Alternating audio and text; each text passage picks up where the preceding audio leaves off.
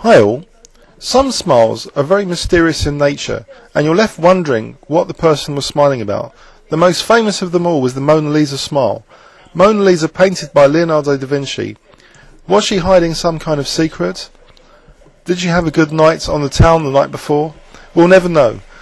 But some smiles are less mysterious in nature, especially when there are visual clues. Here, Fischer is smiling, and a demo board on the left is showing his game against James Sherwin. So why was he so happy about this game? What brilliant move had he played? Well, let's have a look at this game, which was also, like the one we just covered, played in 1957. To be fair to Sherwin, he did actually beat Fischer in that year, and it seems Fischer had a remarkable transformation as a chess player, going at the beginning of the year as an expert and then ending the year as some FIDE 2500 in modern terms. And let's have a look at this game against James Sherwin. Fischer kicked off with e4 and Sherwin replied with the Sicilian defence. Fischer in this game adopted the open Sicilian, so contrasting from the other game he had beat Sherwin earlier in the year, where he had played more of a cold spring King's Indian type attack system. So after a6 he now played bishop c4, and now Sherwin played e6, so he has that Scheveningen type pawn structure. Black also threatened b5 and b4, perhaps trying to materialistically win the pawn in some variations. Fischer castled and ignored the threat of b5, b4. He allowed b5 and just retreated his bishop to b3. So that bishop's potentially powerful on this diagonal, as we'll see later. In particular, watch out for the f7 square later. Sherwin actually did play b4 now, but not with the idea of winning the e-pawn. Let's have a quick look with modern Ribka analysis of what would happen if knight takes e4. I think the refutation is not so clear. One of the strongest plans I found was white playing a3 to undermine b4, and if, say, d5, white taking, and now trying to rip open the position a little bit more by playing a move like c4, I found to be quite effective. So in this position, black would be under quite a lot of pressure and the lines would be opening. So after castles, c takes d, I think white would have an advantage. So this wasn't so clear when I first looked at this game many years ago in one of the Fischer books I had. And if you're wondering also, maybe knight a4 is a move which could have been played as well. So knight a4, and here knight takes e4, rook e1 might also be quite good. Sometimes white is threatening to get into the b6 square, which can be a vulnerability in this kind of system. So anyway, after b4 the knight retreated to b1, and now Sherwin played bishop d7. So here Fischer played bishop e3, again offering that e-pawn.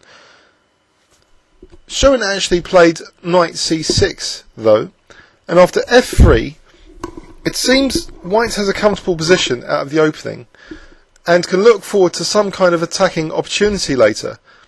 After bishop e7, Fischer played c3, so his first plan is to just try and undermine that b-pawn and share with black the semi-open c-file. So after takes, he played knight takes c6, bishop takes c6, and now knight takes c3 was played.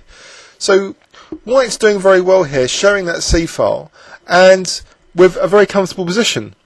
After castles, rook c1, Sherwin has a tactical vulnerability, the unprotected bishop on c6, but he wasn't concerned about the tactics to try and exploit it. In particular, he played, after queen b8, he allowed knight d5, or maybe he just blundered and didn't really think this was that strong. But one of the ideas of knight d5 is to rip open this diagonal a bit more for this bishop, so this f7 pawn becomes more of a vulnerability. So Fischer did play knight d5 to try and exploit that unprotected piece. So Sherwin took, and after rook takes c6, d takes e4. Yet again, for the third time now, Fischer is sacrificing the e-pawn. After f takes e4, again Sherwin dare not take that pawn. Let's have a look. Knight takes e4. Probably the clearest thing Fischer can do here is to coordinate attack on both sides of the board with bishop d5. So bishop d5, and white is threatening now in some variations rook b6, simultaneously attacking the queen and also that rook on a8. So this wouldn't be that good for black, I believe. So Sherwin resisted that temptation for the third time and played queen b5. And in this position, the queen is coming, it seems, to the king side to maybe, try and attack white's king. Fischer played rook b6, and after queen e5, Fischer allowed the black queen, to come to g5 now by playing bishop d4. But look at how these bishops are attacking on the black king field. After queen g5, now Fischer played queen f3, so he's finally supporting that e-pawn. And simultaneously there's pressure building up on the f-file, and that f7 vulnerability is something which is looking more and more as though it's going to be an exploitable weakness. Sherwin now played knight d7, a positional move, and like their other encounter, it seems Sherwin gets nice knights against Fischer, but seems to get blown away as far as his king is concerned. After rook b7, knight e5, Fischer just retreated the queen, and now Sherwin played bishop f6. So it would seem that Sherwin's play is very nice and logical, supporting his knight on e5, overprotecting it, as Nimzowitsch would call it. But there's a lot of tactical pressure on black's position, in particular this f-file. So Fischer played now king h1, and now Sherwin played a5. So he's trying to dislodge this bishop from the diagonal. But Fischer just actually entrenched it by playing bishop d5, keeping it on the diagonal. And also now the bishop stretches on the queen side too.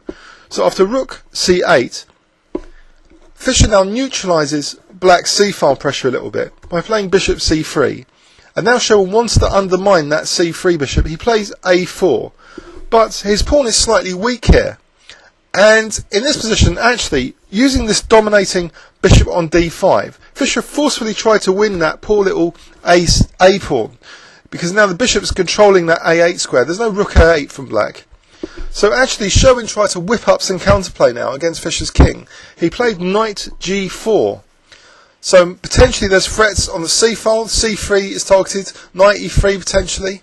Also there's a threat potentially of queen h4. So is Fischer concerned by all these threats?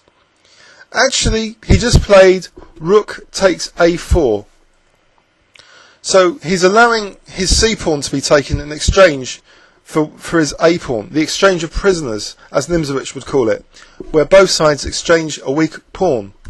So rook takes c3. But Sherwin had missed something here, a very cunning tactical idea. I wonder if you can spot it. I'll give you 5 seconds to see if you can spot a very good move here, starting from now. Fischer played rook takes f7, despite apparently having a back row which seems to be weak, and also his king is in potentially an embarrassing position on h1. Also, look at the black queen, it's potentially on a very useful diagonal coming to c1, and the knight is also in a very dangerous spot, attacking 2 key squares around white's king. So Fischer allows this rook c1 check, and here we start to see the demo board position, with Fischer smiling with a great big grin. So, the move, if you don't remember the demo position, was a great move here, and I hope you can predict it successfully. I'll give you 5 seconds starting from now.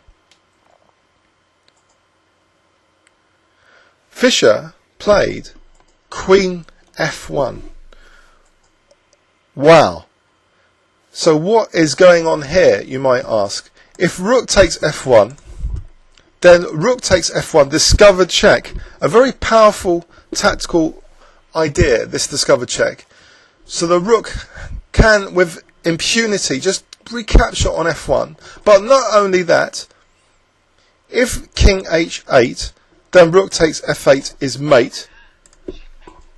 And if now rook f7, Fischer doesn't have to take that rook. He can exploit the pin even more effectively by playing rook a8, forcing a mate in 2 after queen d8, rook takes d8, mate. So this discovery is crushing. Queen f1. What can black do here? Not much. What Sherwin did play was h5. And now Fischer just played queen takes c1. So queen h4 was now played. And Fischer is faced with mate in 1. He takes on f8. And after king h7, he now secures his position by simply playing h3. And Sherwin just continued with queen g3, but it's completely hopeless. Fischer now just takes that knight on g4 to stave off mate, and after h4 he just plays bishop e6. And here Sherwin just resigned.